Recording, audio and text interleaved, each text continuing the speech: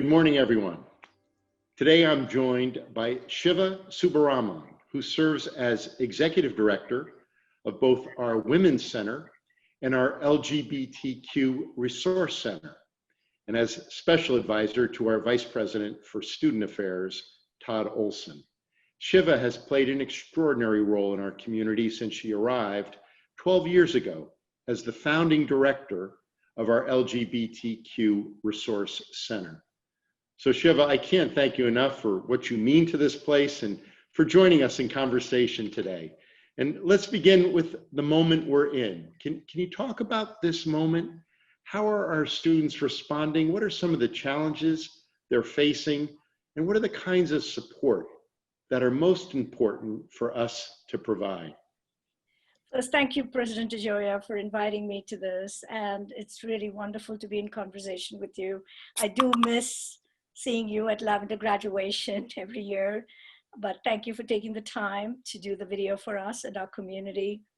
You know, I was thinking a lot about this, and I was thinking, you know, you and I are contemporaries, and 40 years ago almost, I was an undergrad in India and reading a lot of Greek tragedies. And they would talk about the plague all the time in Oedipus and Lysistrata and Antigone.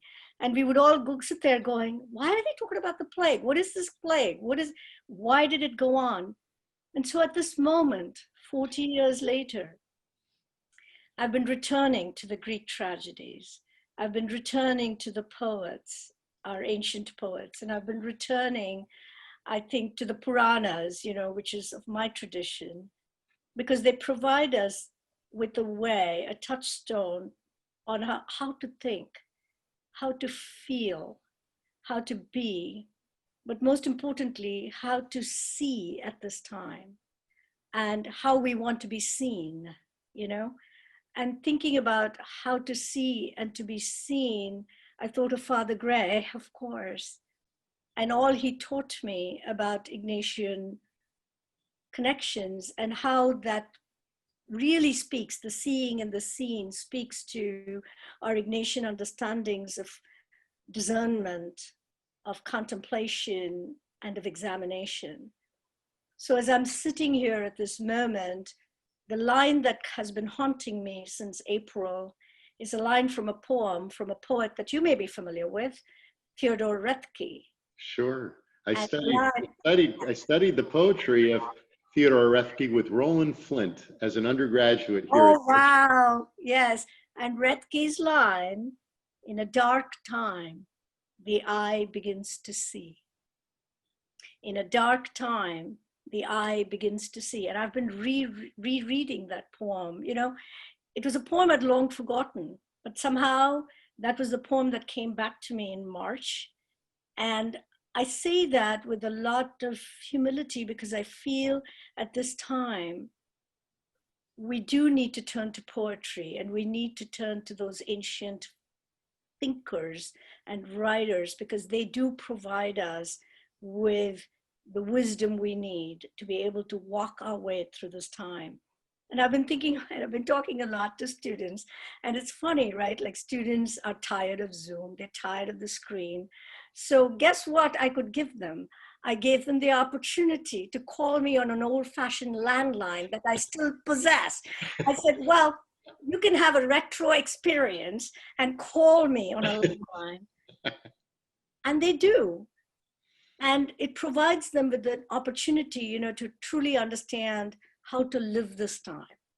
You know, how do you sustain conversations? How do you sustain friendships and relationships at this time? Because I think what the pandemic has done, and I think you see this more than many people do, it has rearranged our temporal and spatial realities. It really has. And I think our students are asking for us to see things differently. And they want to be seen differently. And sometimes that can be a challenge. But I think what they're questioning fundamentally in education is that education and the university is not a neutral space. We have always seen it as a neutral space. We have seen knowledge and the procurement of knowledge as sort of a disinterested project. And this generation does not. And I've been thinking a lot about this and thinking a lot about how do our students want to be seen, especially our most marginalized and vulnerable students, the LGBTQ students who I serve, the students, Black students, Latinx students. Home is not their most safe or comfortable or secure spaces for many of them.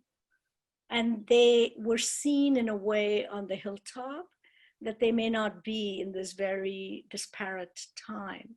So I've been sitting a lot with Retki and with Father Gray and Father Burrows and all of them, who really taught me when I first came to the hilltop what it was like to make things visible on this campus in many ways, right? And I really want to take this time also to thank you for your own leadership around this, because I know it was not an easy decision to found the LGBT Center 12 years ago.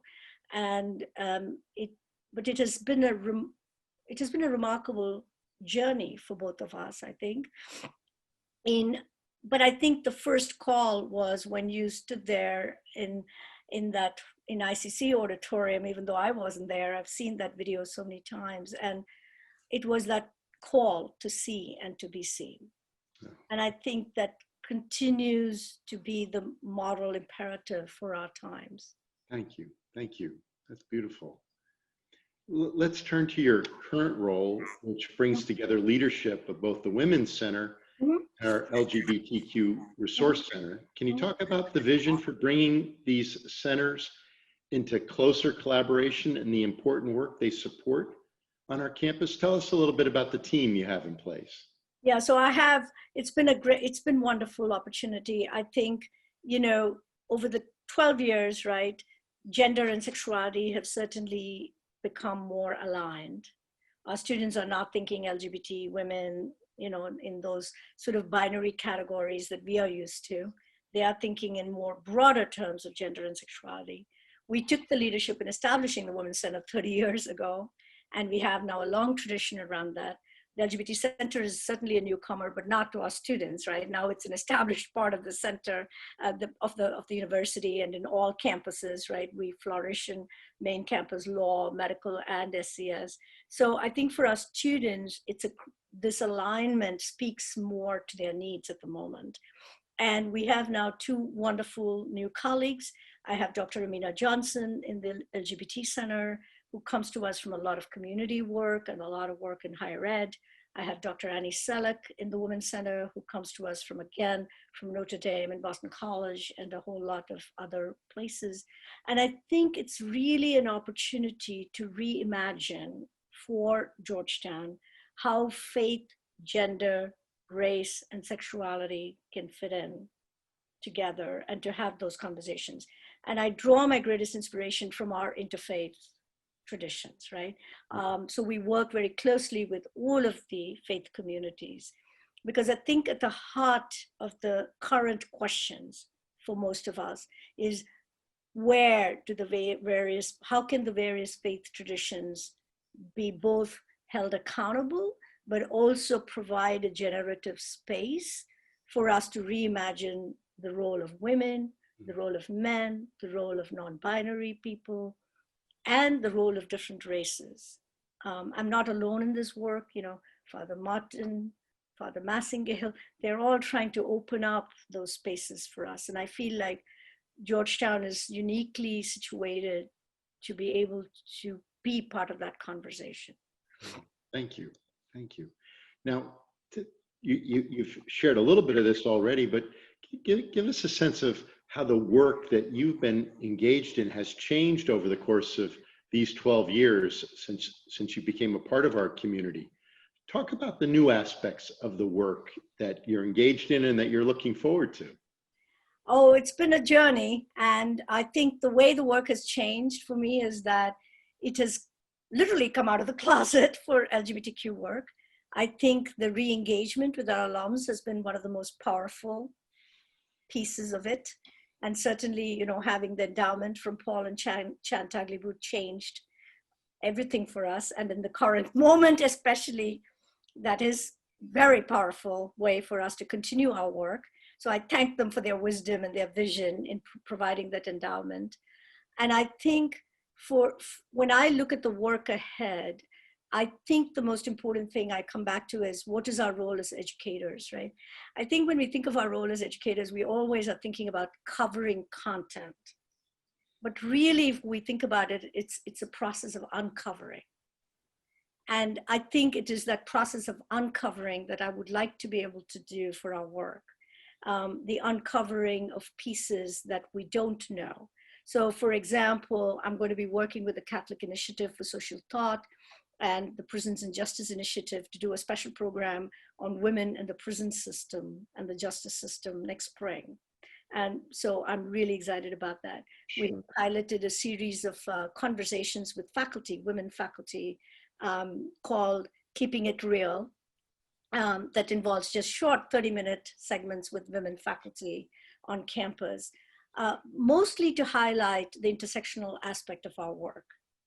And really, I think that is the most exciting piece for me about this continues to be the students, because the students tell me what they need, right? The students, we can't mistake the needs of our students for our work, but in many ways, it's the students and their changing needs that also gives us the context in which we need to reimagine our work. And reimagining the work every few years has been the most wonderful thing that we could do on this campus. I think I'm not a person who sits with the same thing that has happened over the last 10 years. Yes, there is value in tradition, but the tradition needs to be consistently and continuously reimagined, as you know. I know I can attest. Yeah. As a witness to your great work here. Right. Thank you. You mentioned this moment, and while we realize no online experience can fully match the experience of our students being together on campus, so many of our colleagues have done such extraordinary work to try to keep students connected and engaged during this public health crisis. Can you talk about some of these opportunities and how you and your colleagues in student affairs have taken on this responsibility to maintain a sense of community? You know, it's an interesting question. It's also a difficult one, right? Because for many of our students, I think this is where the one-on-one relationships that we had prior has been very helpful for the students who already had relationships with us. To engage those students who have not known us at all, especially the first years or the transfer students and others who are coming in, has been harder. But we found that what has been most important is working with the students with whom we already had relationships to get the word out, right? So I have never in my 12 years been as busy as I have been this summer. And the reason is because in this virtual environment, Jack, I can't pack 100 people or 400 people in a room. Right. So what it has taken actually from us is more of these one-on-one or two people conversations. So it's actually been much more human resource intensive. Because I'm finding myself sitting there having these long conversations with students, but it's really been like one at a time, two at a time, maximum three at a time. And the two or three are people who know each other. Sometimes they bring somebody who's not that connected. Mm-hmm. And one of the things I've been telling students is that community is not something that is given, right? Community is something that you build. And you cannot have community if you don't build it. Mm-hmm. And so one of the things I constantly talk about is, how do you build that which you seek? We all seek community. We all want to be in community, but you have to know how to build that which you seek. And you're not going to find it until you build it. Right. Mm-hmm. So talking about how to build that which you can find and how to do that has been a really challenging in this virtual environment. But I also think having old-fashioned landlines, being able to talk to them rather than just do them all on Zoom, and to think of alternative ways of connecting with them has been the most powerful way we know how to build and keep that sense of connection, because it's not just connection to us. What they miss is each other. Sure. You know, I have no illusions. They're, they're not missing me and Erica. Oh, And all the rest of I us. would beg to differ on that point, but please. Yeah, but they miss each other. And Sure. so we need to figure out how to take our place so that we can really serve as conduits so that they can sort of connect with one another. Sure. And so the work of the centers is morphed in that way. I mean, we were always the space where we connected students. But in this virtual environment, I think the modalities of connection has changed. So while the mission may not have changed, I think the modalities have changed. I understand. Right. How fortunate our students are that they have you with a landline, able to make some of these connections. You know, I pay for a lot for it too, you know? But for those to come alive in the way that they do, Right. it's a tribute to you and all that you mean to this Thank place. you. And I want to thank you for everything that you mean and everything that you enable us to be as a university community, and for taking this time to be in this conversation this morning. And in closing, is there one message you'd like to leave with the members of our community? Yes, and I wrote a little bit about this, and I'm just going to read it to you. Sure. I think at this time we are in a liminal space. And in this liminal space, we have to reimagine our spatial and temporal realities. Our physical distance is what signals our emotional closeness.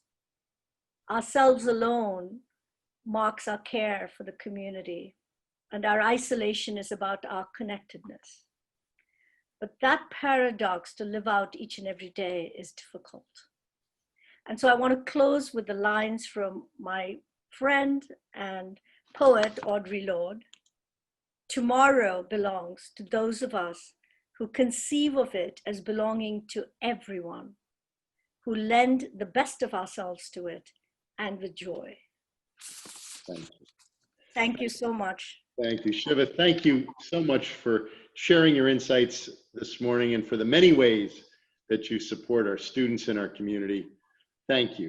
And I look forward to being with all of you again soon. Take care of yourselves and take care of everyone around you.